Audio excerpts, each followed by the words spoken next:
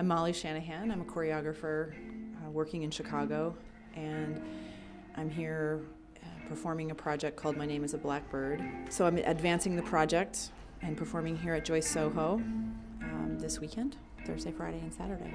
The work is spontaneously composed, and so there's a risk from the very beginning, which is that I don't know what's going to happen in the course of the 45-hour-long, it's about a 50-minute piece, and I don't know what's going to happen. And I have some idea of what I'm going to encounter, and I also have a sense of what my safety nets are, either whether that's a safety net of what to do or a safety net of a sort of internal mantra or reminder that I tell myself as I begin to compose it. And so I've had, I think, to become a little bit more refined about finding those places that are new, and a little bit more, I think, diligent about staying with those new places.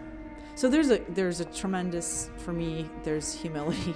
The project has humility written all over it in a very, very positive way, in a very freeing way, and that my ego has to take a back seat.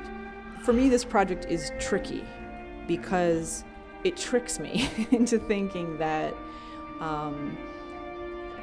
that I've sort of overcome something, or that I've been able to tackle something that felt like a risk yesterday. And it tricks me into thinking that there won't be 10,000 new risks. And sometimes the risks, it's not a circus act. The risks are not in how I'm moving my body in space. That is sort of the easy part in some ways. The risks are staying honest, staying authentic about the experience, and realizing that there's so much that a witness, an audience member, really sees and senses so much, and that it's my job, whether or not we talk about it, whether or not we have an exchange about it, that it's my job to make sure that exchange and that what the witness or audience member is seeing is coming from the most honest and authentic place that I have available to me. And I have to practice remembering that the audience is going to have their own experience, no matter what. And I can create the conditions to be in the spheres that I control, which is really just my presence, my energy, my attention.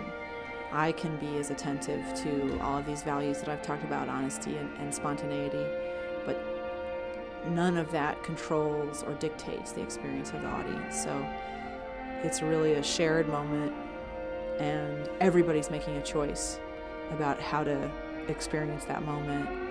I think the most respectful stance that I can have with the audience is that I'm, in that hour of time, I'm trying to tap into the clearest channel to myself that I can. And if the audience member has an experience of themselves in whatever form, then I feel like that exchange has been a success.